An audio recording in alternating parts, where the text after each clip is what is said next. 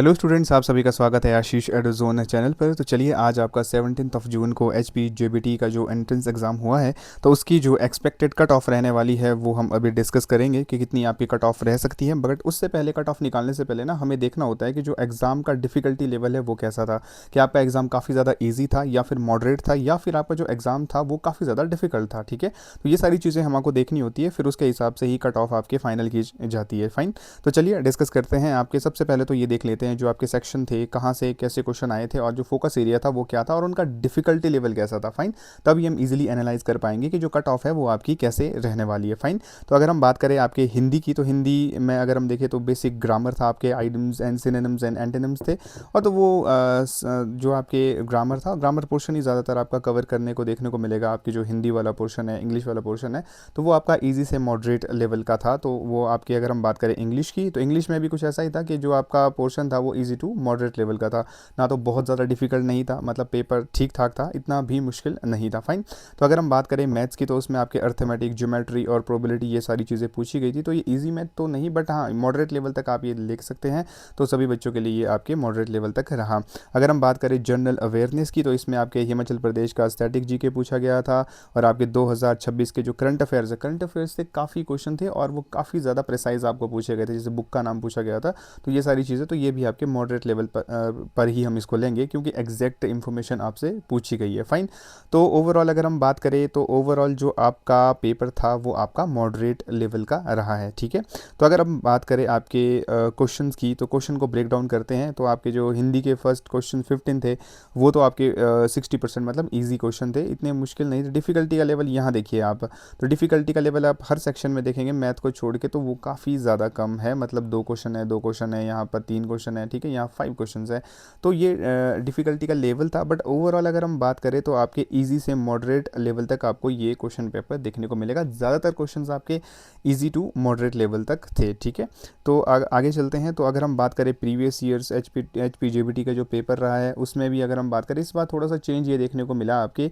तो जो आपके रीसेंट इवेंट हुए हैं उससे काफ़ी क्वेश्चन पूछे गए। T20 मैन वर्ल्ड कप पूछा गया है, आपके सूर्यकांत चीफ जस्टिस के बारे में पूछा गया है, आपके रिलीज जो बुक हो गई है अटल बिहारी वाजपेयी के ऊपर, तो ये सारी चीज़ें पूछी गई थी। तो उस वजह से जो पेपर है वो भी काफ़ी ज़्यादा आपके मॉडरेट लेवल पर चला गया था। ठीक है, अगर हम बात करते हैं, अब इंपॉर्टेंट चीज़ बात करते हैं कि आपके स्कोर की एक्सपेक्टेशन क्या होनी चाहिए।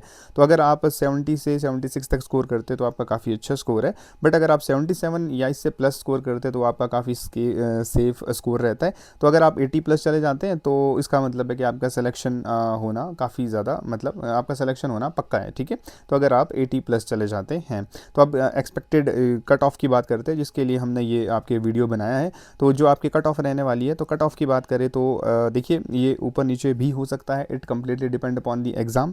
तो बट मोस्टली अगर हम देखें, तो अगर एग्ज़ाम आपका मॉडरेट लेवल तक का था, ना तो बहुत ही ज़्यादा डिफिकल्ट था, ना बहुत ज़्यादा आसान था, ठीक था, मतलब मॉडरेट लेवल का एग्ज़ाम था। तो जनरल की हम एक्सपेक्टेड कर सकते हैं 65 टू 70, आप इतना देख सकते हैं। और ओबीसी में बात करें तो 62 टू 66 तक हम देखते हैं।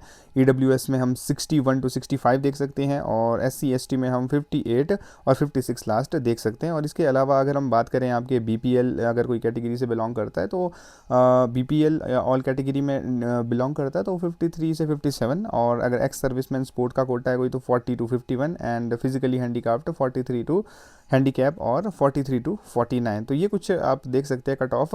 हाँ, आप बिल्कुल भी घबराना नहीं है आपने, कि अगर कट ऑफ आपके फेवर में नहीं आती है, या फिर आपके थोड़े से कम मार्क्स आ जाते हैं, it doesn't matter at all. ठीक है, तो इसमें फेरबदल हो सकता है, बट फिर भी हम मान के चल रहे हैं कि एक्सपेक्टेड कट ऑफ इतनी ही रहेगी। हो सकता है इससे ऊपर भी जा सकती है, इट कम्प्लीटली डिपेंड अपॉन जब आपका रिजल्ट आएगा।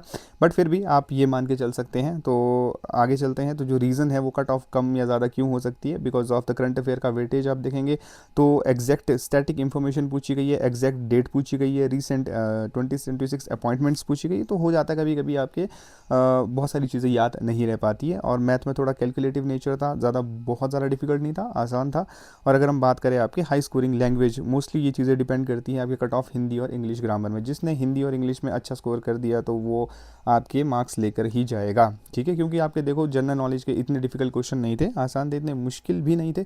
तो जनरल इंग्लिश और इंग्लिश में अगर आपने 25 में से 20 क्वेश्चन या 22 क्वेश्चन सॉल्व किया है, तो then it would be very good for you. और अगर हम बात करें फाइनल एक्सपर्ट प्रिडिक्शन की, तो इसमें हम देखेंगे तो 66 मार्क्स अगर हम जर्नल के लिए देखें तो वो काफ़ी अच्छा स्कोर हो सकता है, यहाँ पर लास्ट कट ऑफ जा सकती है।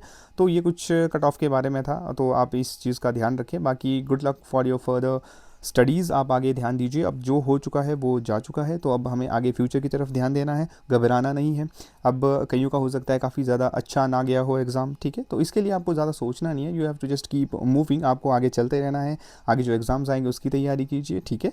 एंड वेल विशेज़ आप सभी के लिए, and thank you so much for watching this channel, and please do share and subscribe. तो सब्सक्राइब ज़रूर कर लीजिएगा और अपने दोस्तों के साथ भी ज़रूर शेयर कीजिएगा। और इसके बाद हम अगले जो exams, upcoming exams Himachal Pradesh के कॉम्पिटेटिव एग्ज़ाम्स आने वाले हैं, जैसे HP पटवारी है, आपके HP हिमाचल प्रदेश पंचायत सेक्रेटरी का एग्ज़ाम आने वाला है, तो उसके लिए एक टाइमलाइन के साथ हम आगे फॉलो करेंगे चीज़ों को।